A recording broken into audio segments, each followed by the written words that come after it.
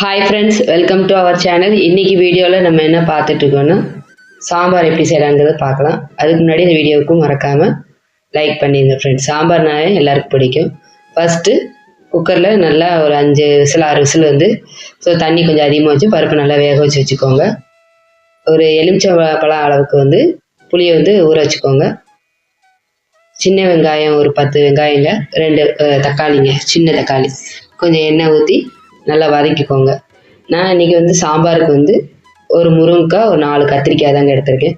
கூட ஒரு கேரட்டு போடுங்க, டேஸ்ட் நல்லாயிருக்கும். கொஞ்சம் தண்ணி விட்டு நல்லா விசில் வச்சு வைக்கும்போது பருப்பு நல்லா பார்த்தீங்கன்னா நல்லா மசிஞ்சு வந்துடுங்க. அப்படின்னா தான் பருப்பு முழிச்சிட்டு இருக்காமல் நல்லாயிருக்கும். பாருங்கள், இந்த கன்சிஸ்டன்சி இருக்கணும், அப்போ தான் சாம்பார் நல்லாயிருக்கும். நறுக்கி வச்ச காயை போட்டு அதையும் கொஞ்சம் சிம்லையே வச்சு கொஞ்சம் வதக்கணுங்க. நல்லா வதக்கினதுக்கப்புறம் தண்ணி பார்த்தீங்கன்னா கத்திரிக்காய் முருங்கைக்காய்லாம் சீக்கிரம் வந்துடும். ஸோ கொஞ்சமாக தண்ணி ஊற்றினா போதும்.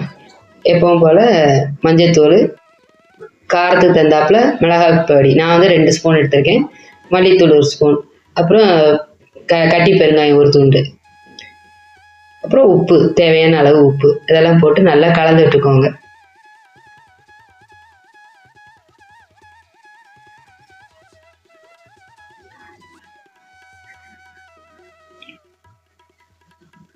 நல்லா மூடி வச்சு பாத்திரத்தை மூடி வச்சுக்கோங்க.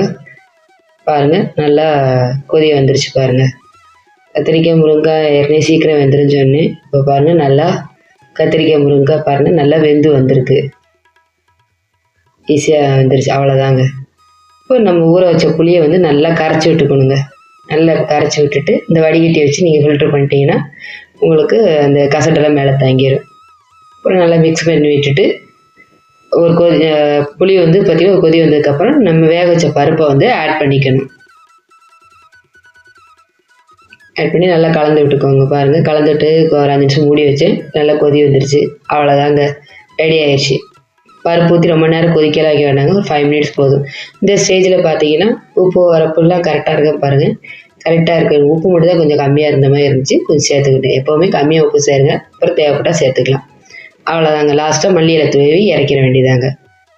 எப்பவும் போல் எண்ணெயை காய்ஞ்ச உடனே கடுகு, உளுந்தம்பருப்பு, ஜீரகம், கருவேப்பிலை, பெருங்காயத்தூள் போடணுங்க, அப்போ தாங்க வாசமாக இருக்கும்.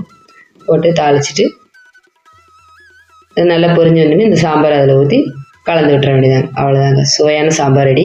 Thank you all.